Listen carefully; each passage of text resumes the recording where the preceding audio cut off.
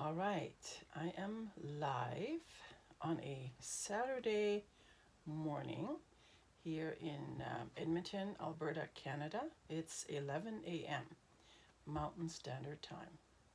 And when I look out the window, I see the sun shining, I see blue sky, and if I just look up a little bit, I can see the snow that we've had the last few days, but it's actually melting. So spring is on its way. So today I thought I would talk to you about a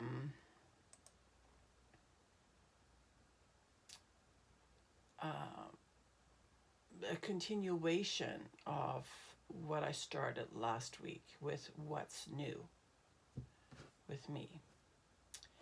And I thought I would talk about the branding that Nicole and Anya helped me find. Nicole and Anya are my coaches. And we came up with the term masterful artisan. And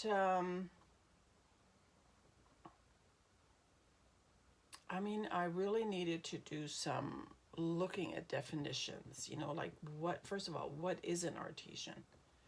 What makes me masterful? And especially a masterful artisan in the role of a spiritual wellness coach, right? Last week, I talked about the many different churches I attended, some of my education, and I read to you the foreword of one of my books that was written for me. And today we're still wrestling, continuing to wrestle through how in the world did I end up being called a masterful artisan. And so I am recording myself on my phone so I could post this message on YouTube, and I'm also live on Facebook. Now, I became an artisan, which is defined as someone who's skilled in utilitarian art, trade, or craft, especially one requiring manual skills by the Holy Spirit, by the leading of the Holy Spirit. Okay, that's how I want to start today's section. And when I look at the word utilitarian means designed to be useful or practical rather than attractive. That really caught my attention because my art, now I don't want to say it's not attractive, okay?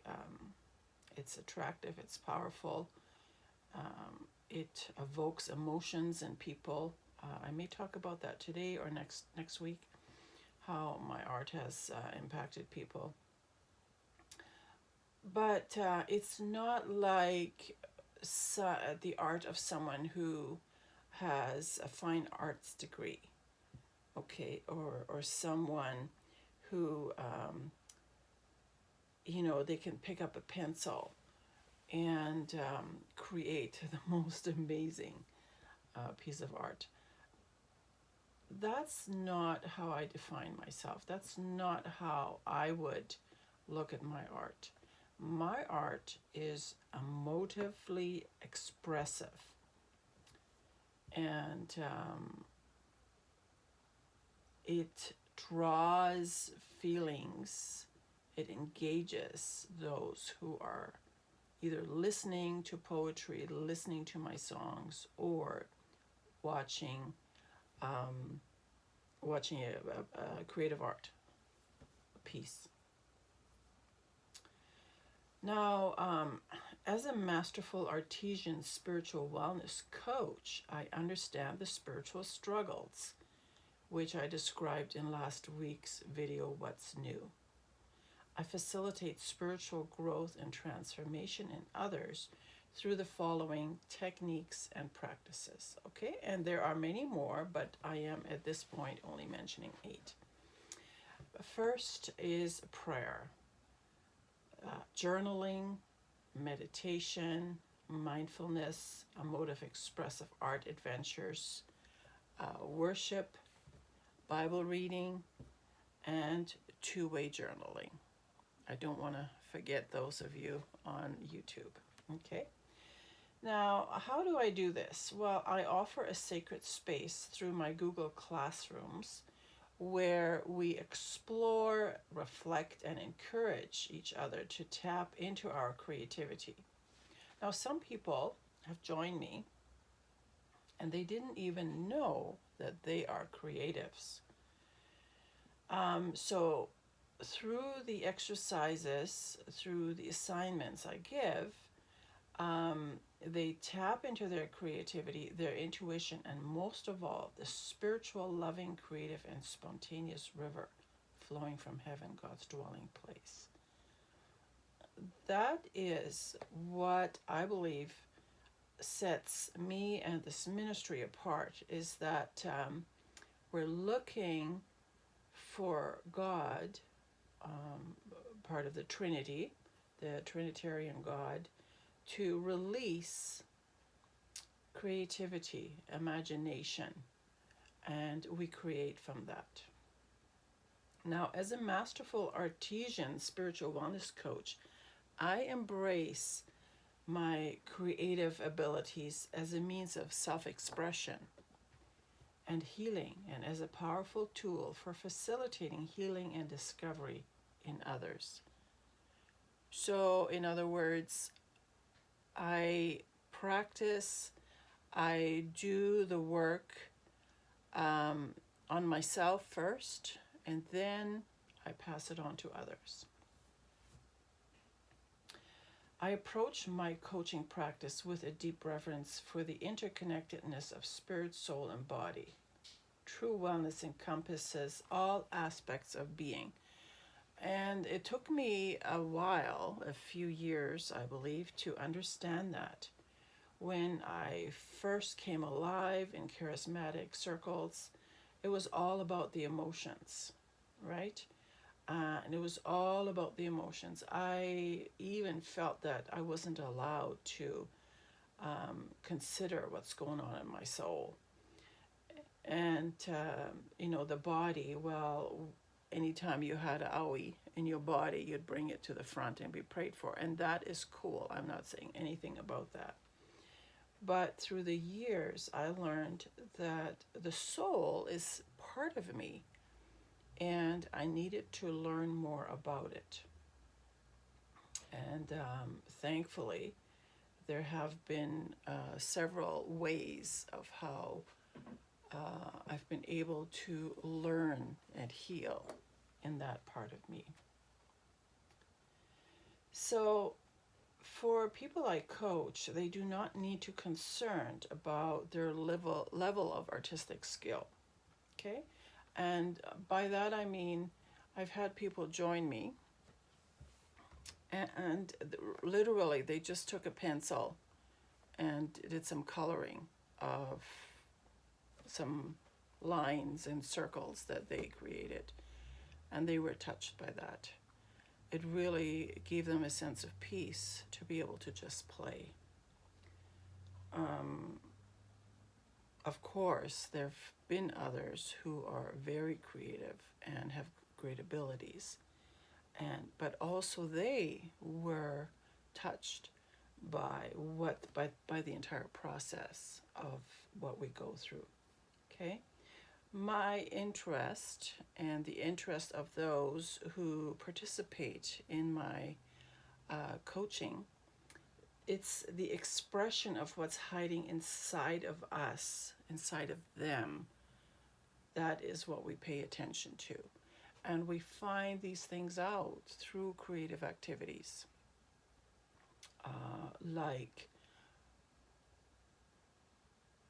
I think I'll be showing you more next week or in 2 weeks.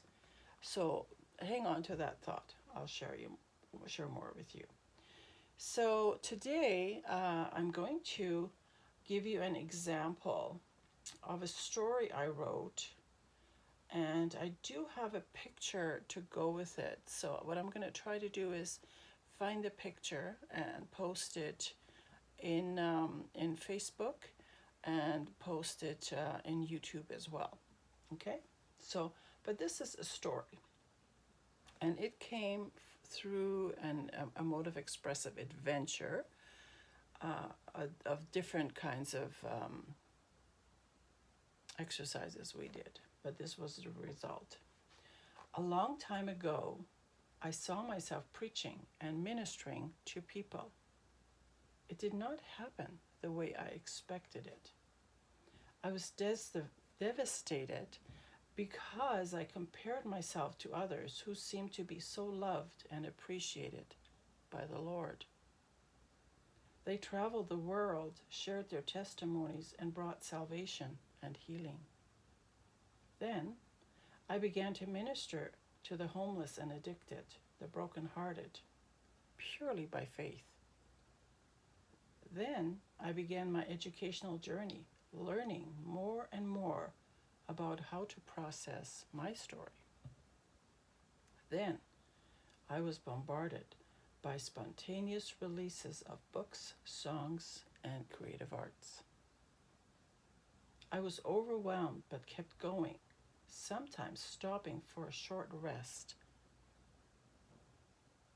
Then I continued.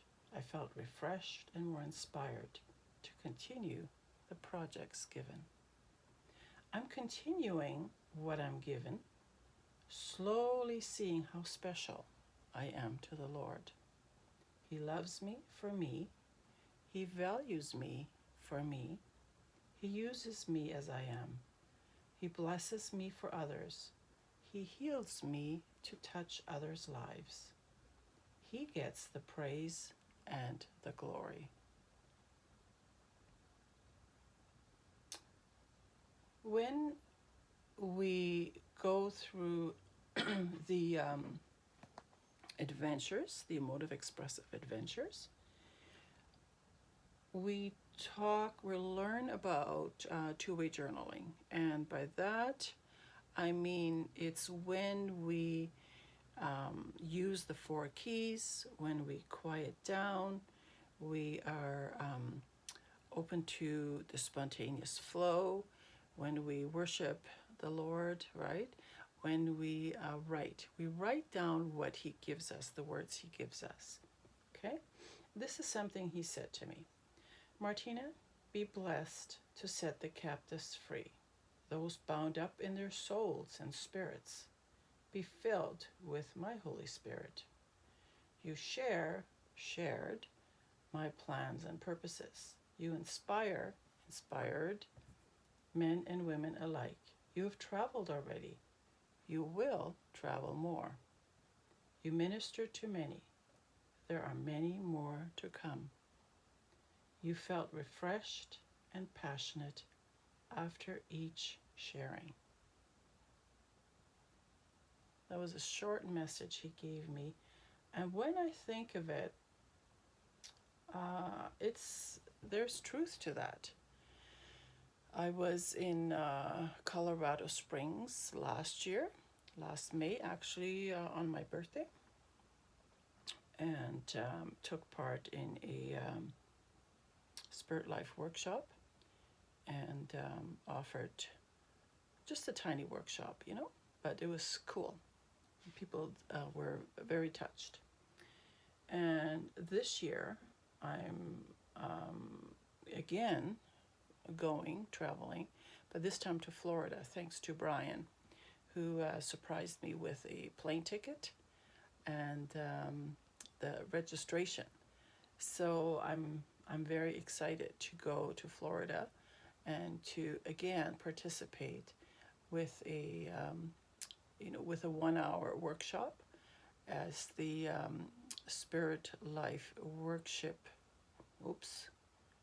workshop leaders take us through 4 days of special anointed times. So here I have, what is it, two? Yeah, there are two more of those two-way journaling examples I wanted to share with you. And then we will close for today. And this one is from 2022. Dearest Martina, I see you like a flower in full bloom. You continue to lift the scraps, burdens, and residual pockets that need healing toward me. You do this in moments of deep felt, engaged worship. As you send up your hindrances, I return the seeds to you. These seeds have come in songs, poems, stories, and creative art pieces. As you work with the seeds, they become fruit. You are in the stream, light as a feather. There's movement in your creativity based on the flow.